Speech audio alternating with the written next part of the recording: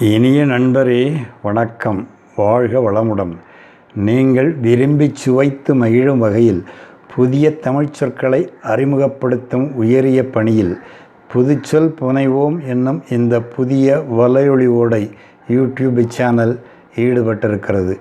புதிய காணொளிகளை உருவாக்கி வெளியிடுவதன் மூலம் புதிய தமிழ்ச் சொற்களை மக்களிடம் கொண்டு சேர்ப்பதே இதன் நோக்கம். இந்த வரிசையில் நீங்கள் இப்போது காணப்போகும் காணொளியும் ஒன்று.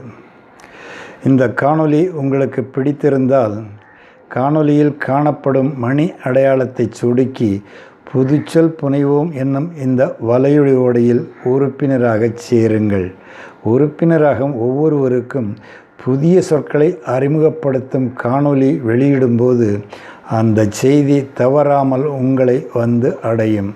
அத்துடன் காணொளியின் அடியில் காணப்படும் கட்டைவிரல் குறியை சொடுக்கி உங்கள் ஆதரவையும் நல்குங்கள். புதிய சொற்களை பற்றி உங்கள் மேலான கருத்துக்களை பதிவு செய்வதையும் அன்புடன் வரவேற்கிறேன்.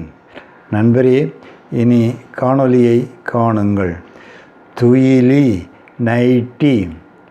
மகளிருக்கான ஆடைகள் பல உள்ளன. அவற்றுள் முதன்மை இடம் வகிப்பது சேலை. பண்டை காலத்தில் வழங்கி வந்த சீரை என்ற சொல்லே இக்காலத்தில் சீலை என்றும் சேலை என்றும் வழங்கப் பெறுகின்றன. சேலையை புடைவை என்றும் அழைக்கிறோம். மகளிரின் பிற ஆடை வகைகளுள் நைட்டி என்பதும் ஒன்று.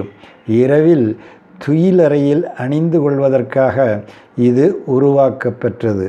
இறுக்கமின்றி தளர்வாக இருக்கும் இவ்வாடையை மகளிர் பகல் நேரத்திலும் அணிந்து கொள்வதை பார்க்கிறோம். துயிலறையில் அணிந்து கொள்வதற்காக தோன்றியுள்ள இந்த ஆடையை துயிலி என்று அழைப்போமே. துயிலி என்பதற்கு தமிழ் அகர முதலி சொல்லும் பொருள் ஒரு வகை ஆடை என்பதே. எனவே இனி நாம் நைட்டி என்று சொல்லாமல் துயிலி என்றே சொல்லி பழகுவோம். நைட்டி, துயிலி. நண்பரே, காணொளியை கண்டு மகிழ்ந்தமைக்கு மிக்க நன்றி. இந்த காணொளி வாயிலாக அறிமுகப்படுத்தியுள்ள புதிய தமிழ்ச் சொல்லை புழக்கத்தில் விட நீங்களும் முயலுங்கள், நானும் முயல்கிறேன். எல்லோரும் முயன்றால் இச்சொல் மக்களை எளிதில் சென்று அடையும் அல்லவா? தமிழுக்கு வளம் சேர்க்க நாம் இணைந்து பணியாற்றுவோம். வாழிய செந்தமிழ்ச் செல்வரே, வாழிய நேவிர், வளமுடன் 100 ஆண்டு. நன்றி, வணக்கம்.